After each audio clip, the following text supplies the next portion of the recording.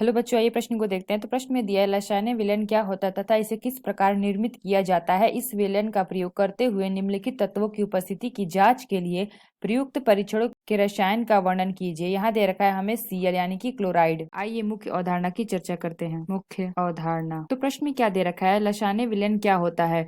तो जल के संपर्क में आने पर जो हमारी नली होती है वो टूट जाती है और संगलित पदार्थ यानी कि सोडियम लवण जल में विलीन हो जाता है। इस विलयन को लगभग हम 5 मिनट तक उबालते हैं तथा फिल्टर पात्र में छान लेते हैं। तो जो हमें प्राप्त क्षनित सोडियम निष्कर्ष मिलता है वह हमारा क्या, यानी कि जो हमारा लैसने विलयन कहलाता है। तो हमने क्या बताया, जैसे कि हमारा कोई कार्बनिक यौगिक है, कार्बनिक यौगिक, तो जो हमारा कार्बनिक यौगिक है जैसे कि इसमें कोई वाई मिला है, तो यहाँ पे जो हमारा वाई दे रखा है, हमारा वाई कुछ भी हो सकता है, क्लोरीन, ब्रोमीन, नाइट्रोजन या सल्फर। तो इसमें हम क्या करेंगे, सोडियम का यानी कि Na का हम अभिक्रिया करा देंगे, यानी कि फ्यूज में, यानी कि संगलन करा देते हैं। तो जब हम इसका संगलन करा देंगे तो यहाँ पे हमें क्या मिल जाएगा, सोडियम का लवण।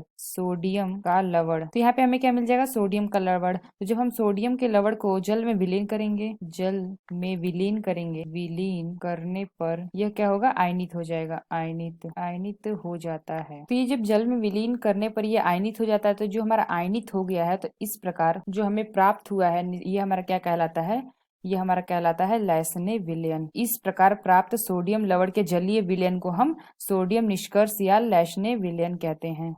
लैसने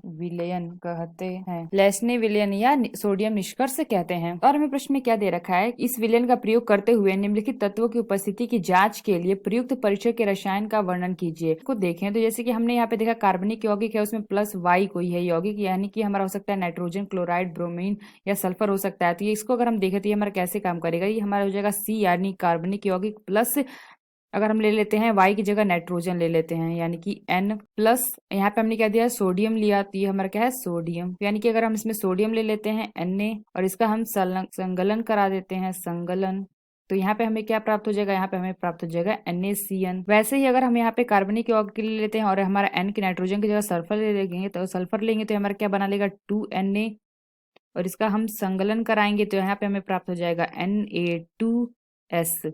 इस तो हमें क्या दे रखा है, हमें दे रखा है Cl।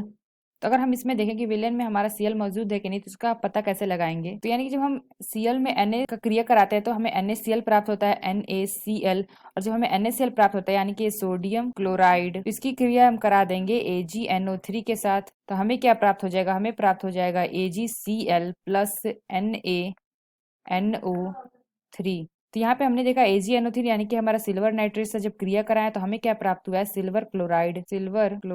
तो ये हमारा कैसा मिलता है, सफेद अवक्षेप। तो यहाँ पे हमसे पता चल जाता है कि कार्बनिक यौगिक में हमारा क्लोराइड उपस्थित है, हमें सफेद अवक्षेप को देख के। तो आशा करते हैं आपको समझ में आया होगा। धन्यवाद।